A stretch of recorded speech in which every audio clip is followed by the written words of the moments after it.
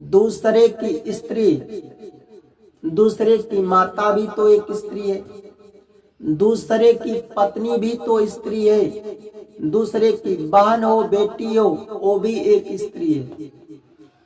दूसरे की माता पर, बहन पर, बेटियों पर, दूसरे की पत्नियों पर कभी भी बुरी नजर से मत देखो, कभी भी बुरी नजर से मत देखो, कभी भी कामना की दृष्टि से मत सोचो, कभी भी उनको कामवासना की दृष्टि से मत सोचो और किसी भी निर्दोष स्त्री का अपमान मत करो।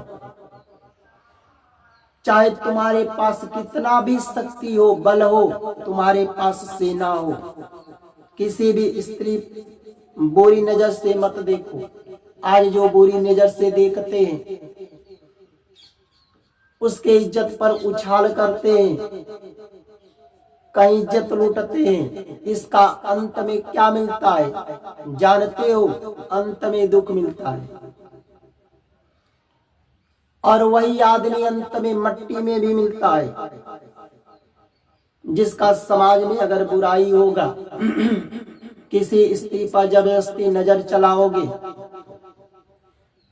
उसकी इज्जत लूटोगे तो अंत में उसका क्या समाज में बुराई भी होता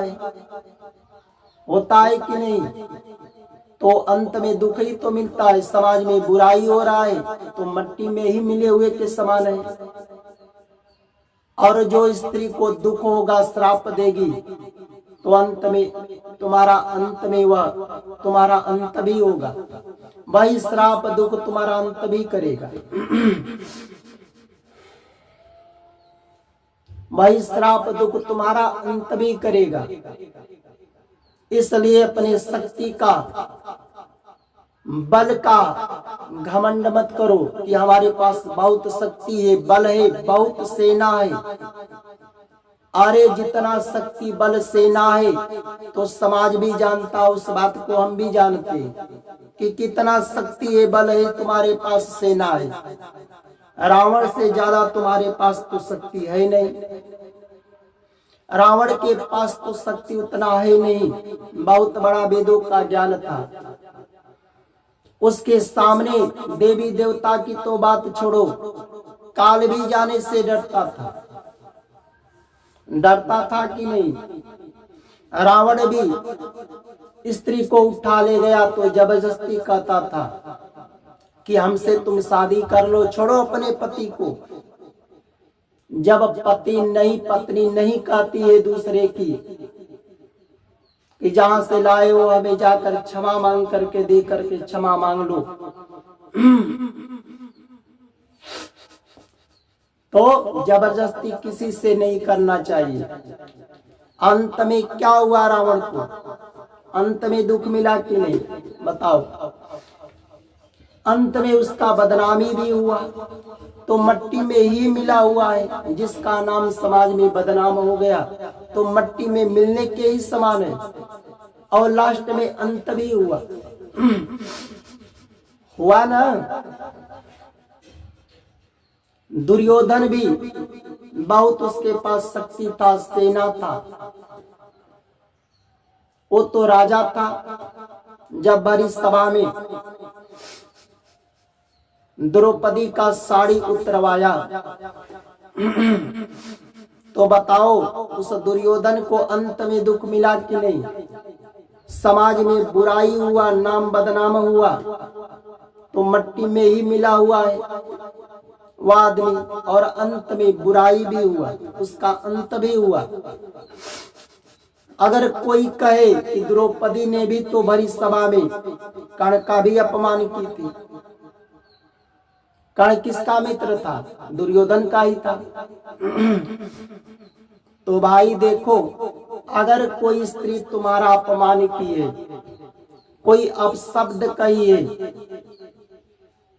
तुमको गाली दी है, तो इसका मतलब थोड़ो है कि तुम्हारे पास शक्ति है, बल है, सेना है, तो भरी सभा में उसे साड़ी उतरवाओ। ये शास्त्र भी इजाजत नहीं देता है।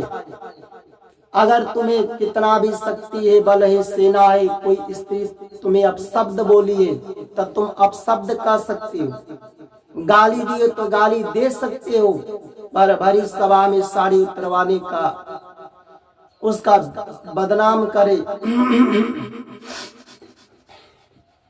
नहीं करना चाहिए।